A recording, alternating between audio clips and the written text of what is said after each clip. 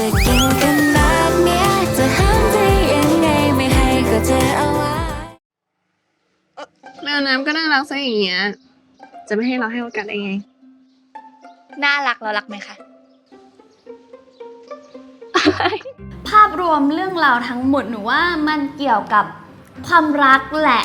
ความรักมันมีหลายรูปแบบเนาะ มันมีทั้งกำลังก่อตัวเพิ่งรู้จักกันหรือเป็นความรักที่เป็นเพื่อนกันมานานแล้วก็ค่อยๆพัฒนาความสัมพันธ์ต่อไป แต่ว่าแน่นอนว่าเรื่องราวความรักมันก็คงไม่ได้สวยหรูเสมอไปมันก็มีเรื่องราวมีอุปสรรคของมัน ที่แต่ละคู่ก็เผชิญไม่เหมือนกันด้วยแน่นอนมันก็ไม่ได้มีแค่2คู่อะเนาะมันก็มีตัวละครอื่นๆที่เข้ามาแบบสร้างสีสันแล้วก็ทำให้มันเกิดคอน FLICT ในเรื่องมากขึ้นคุณวาร้านชำก็จะเป็นลอมคอมค่ะโรแมนติกคอมเมดี้ที่ฟีลกู๊ดเชื่อว่าเป็นหนังที่ดูง่ายๆง่ายๆเลยใช่พลังบวกให้ใครหลายคนค่ะใช่ค่ะ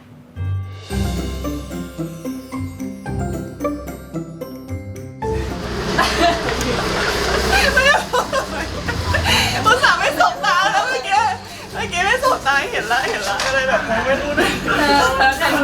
คู่พี่มิวกับเลิฟเหรอเอาจริงๆทั้งในจอและนอกจอเนาะเขาก็จะมีความเทคแคร์ดูแลกันถามว่าแบบกินข้าวหรือยังจะไปทำอะไรโอเคไหมหรืออะไรอย่างเงี้ยค่ะก็เป็นอะไรที่น่ารักมากๆเป็นเคมีที่แบบลงตัวทั้งในจอแล้วก็นอกจอเขาตัวติดกันนะอย่างเช่นเวลามีฟู้ดซัพพอร์ตมีอะไรมาเขาก็จะอันนี้เก็บไว้ให้เลิฟดีกว่าอันนี้เก็บไว้ให้พี่มิวดีกว่าอันนี้คือสิ่งที่หนูเห็นแบบความใส่ใจรายละเอียดเล็กๆเขาก็จะดูนึกถึงกันตลอดอะไรเงี้ยค่ะเขาดูเป็นคู่ที่แบบมีความซอฟต์ใช่ซอฟต์มีความแบบมีความสดใสแบบที่โตขึ้นจาก 23.5 แน่นอนอยากให้ทุกคนรอดูรู้สึกว่าเห็นการอิมโพไวส์แบบในซีนอะไรอย่างเงี้ยแบบว่าบางทีสมมติว่าแบบมันแบบพี่ก๊อฟยังไม่สังคัดเขาก็จะเล่นของเขาต่อไปเรื่อยๆอะไรอย่างเงี้ยมันก็แบบมีการอิมโพไวส์ที่แบบรู้สึกว่าน่ารักอะไรอย่างเงี้ยค่ะ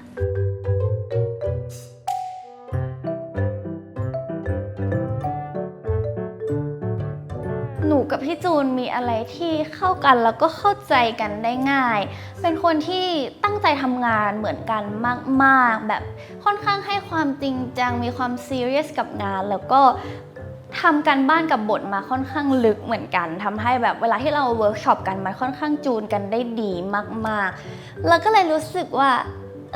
จริงๆตัวละครทั้งสองคนเนี่ยก็มีความใกล้เคียงในชีวิตจริงนะมันเลยทำให้เรารู้สึกว่าในการเล่นมันไม่ได้รู้สึกกะกะอ่วนเลยหนูกับรู้สึกว่ามันก็เหมือนเราในชีวิตจริงนี่หว่าอะไรอย่างเงี้ยเริ่มงานกันแล้วมันมีความสบายใจดีใจสบายใจว่าแบบเฮ้ยโอเคคู่เราจะเป็นคนนี้แบบรู้สึกโล่งมากเพราะว่าสนิทกับน้องอยู่แล้วตั้งแต่ก่อนที่จะมารู้ว่าแบบจะได้คู่กันอะไรเงี้ยโอเคคนนี้จะเป็นคนที่ช่วยกันพาให้คู่ของเราเนี่ยมันไปได้ไกลหมายถึงว่าความคิดอะไรหลายอย่างมันตรงกันการอยากทำนู่นนี่นั่นมันคล้ายๆกันอะไรอย่างเงี้ยเลยรู้สึกว่าแบบสบายใจมากๆรู้สึกว่า2คนนี้เขาดูแบบเข้ากันมี energy ที่คล้ายๆกันถ้าเล่นเป็นเพื่อนกันก็ดูเป็นเพื่อนกันดีอะไรอย่างเงี้ยเพราะว่าเราจะมีความเหมือนกันน่ะใช่สินเสมอแล้วเขาใช้สินเสมอมีความแบบผู้หญิงอะไรอย่างเงี้ยค่ะ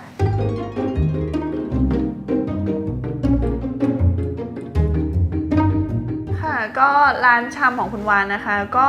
อยู่ในย่านชุมชนในกรุงเทพเนาะแล้วก็ของที่ขายก็ทั่วไปเลยค่ะตามแบบร้านชำเลยพวก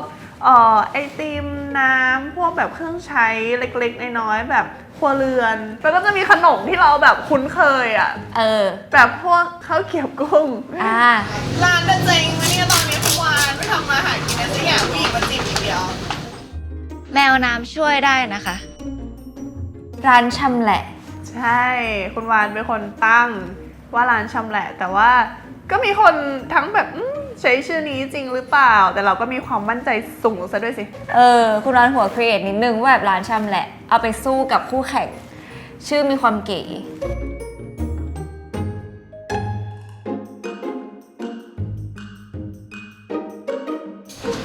สุกค่ะก็โอเคหมดแล้วค่ะดีครับไม่เอาหมดประโยชน์แล้วเคลียร์เลยนะไม่มีประโยชน์นะมีซีนหนึ่งที่รู้สึกว่ามันน่ารักมากก็คือ first impression ที่เจอกันทำไมตรงนี้ มันมีความขี้เล่นมันก็คือซีนที่เหมือนเราไปหาของตรงหน้าบ้านเขาอะไรเงี้ยแล้วก็หันมาเจอรู้สึกว่ามัน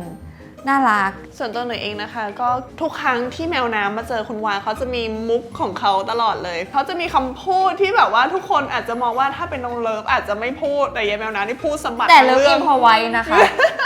อิมพอไว้นะบอกเลย เนี่ยนั่นติดตามตรงนี้แหละค่ะ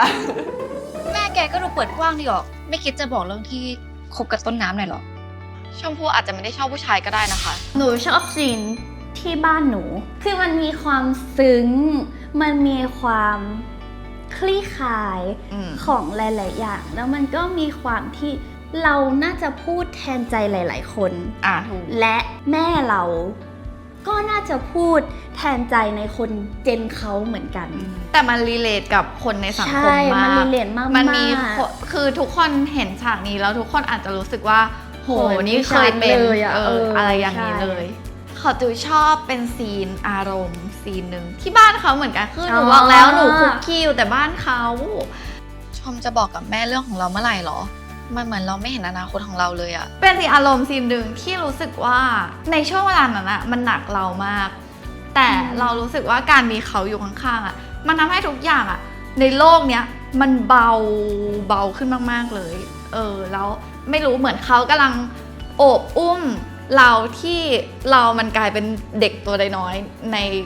อ้อมกอดของเขาไปเลย หนูก็ชอบซีนนี้เหมือนกัน พี่ก๊อฟบอกว่าไม่ต้องตามบทนะ รู้สึกยังไงตอนนั้นก็ตามนั้นเลย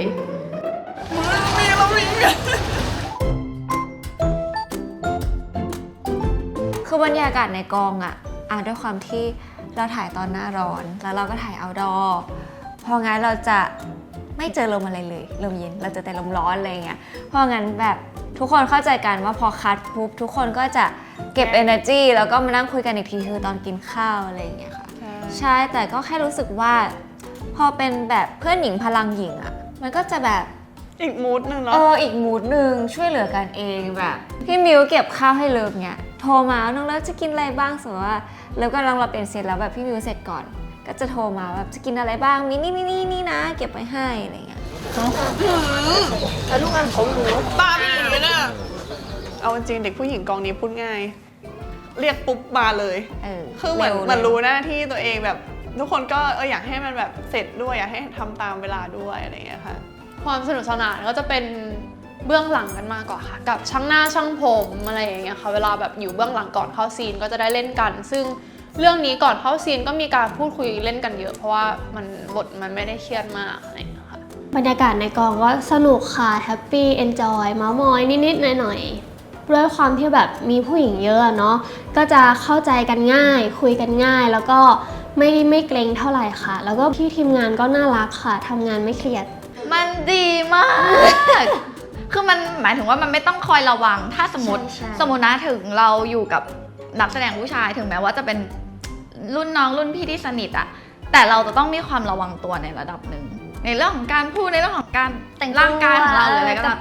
แต่พอเป็นผู้หญิงอะมันเลยกลายเป็นแบบทำอะไรชิลขึ้นประมาณหนึ่งใช่เรารู้สึก comfortable แล้วก็ฟูลซับเยอะมากใช่ขอบคุณด้วยนะคะทุกคนที่แบบว่าให้การสนับสนุนซีรีส์เรื่องนี้เนาะทั้งที่มันยังแบบยังไม่รู้ว่ามันจะออกมาเป็นยังไงแต่ทุกคนแบบต้อนรับยินดีสนับสนุนมันดีมากคืออิ่มอร่อยกันทั้งกองจนมันเหลือจนต้องแบบกลับบ้านด้วยอ่ะแบกกลับตลอดจริงๆ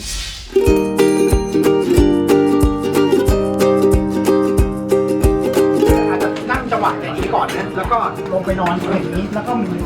แก้ไว้ชันตัวพี่ผู้กำกับปล่อยจอยมากคือหนูเคยร่วมงานกับพี่ก๊อฟมาอยู่แล้วแล้วก็รู้ว่าพี่ก๊อฟเป็นคนที่ชิลมากแต่เขาไม่ได้ชิลจนเกินไปใช่หมายถึงไม่ได้ปล่อยปละละเลยงานนะแต่เขาเป็นคนที่ทำให้บรรยากาศกองมันแบบคือเขาเป็นคนสนุกอ่ะใช่คือแต่ในพาร์ทของการทำงานคือเขาก็ซีเรียสในจุดที่ควรจะต้องซีเรียสเพื่อให้คุณภาพของผลงานมันออกมาดีแต่หมายถึงว่าเขาไม่เคยกดดันจนทำให้เรารู้สึกเครียดจนแสดงไม่ได้อะเขาจะถามเราตลอดว่าเราโอเคไหมรู้สึกยังไงคิดว่ายังไงคือถามความเห็นเราตลอดเพราะงั้นเราทั้งสองคนรวมถึงนักแสดงคนอื่นๆมีสิทธิ์ที่จะดีไซน์ตัวละครไปพร้อมกับเขาด้วยพลอยทำงานกับพี่ก๊อฟเป็นครั้งแรกเลยไม่เคยแบบร่วมงานกันมาก่อน เจอครั้งแรกหนูก็พี่เขาจะดุไหมนะหรือพี่เขาจะใจดีแต่สุดท้ายคือพอไปถ่ายถึงกองพี่เขายิงมุกใส่แบบไม่หยุดจนหนูเริ่มงงว่าอันนี้ถ่ายอยู่หรือว่าเล่นมุกใส่หน้าอะไรอย่างเงี้ยค่ะก็เป็นอะไรที่น่ารักแล้วก็สนุกค่ะหนูเป็นเรื่องที่2แต่ว่าเรื่องแรกที่หนูเจอเขาแค่ที่แกงเขาเป็นคนที่ค่อนข้างที่จะแบบเราสามารถแชร์ได้เราแบบติดตรงไหนอะไรเงี้ยเราคุยกับเขาได้กับเลิฟเป็นเรื่องแรกก็รู้สึกว่าเป็นคนตลกเป็นคนชิลๆเป็นคนที่แบบสมมติเดินมาก็แบบหาเรื่องรอบตัวแบบชวนคุยได้อะไรอย่างเงี้ย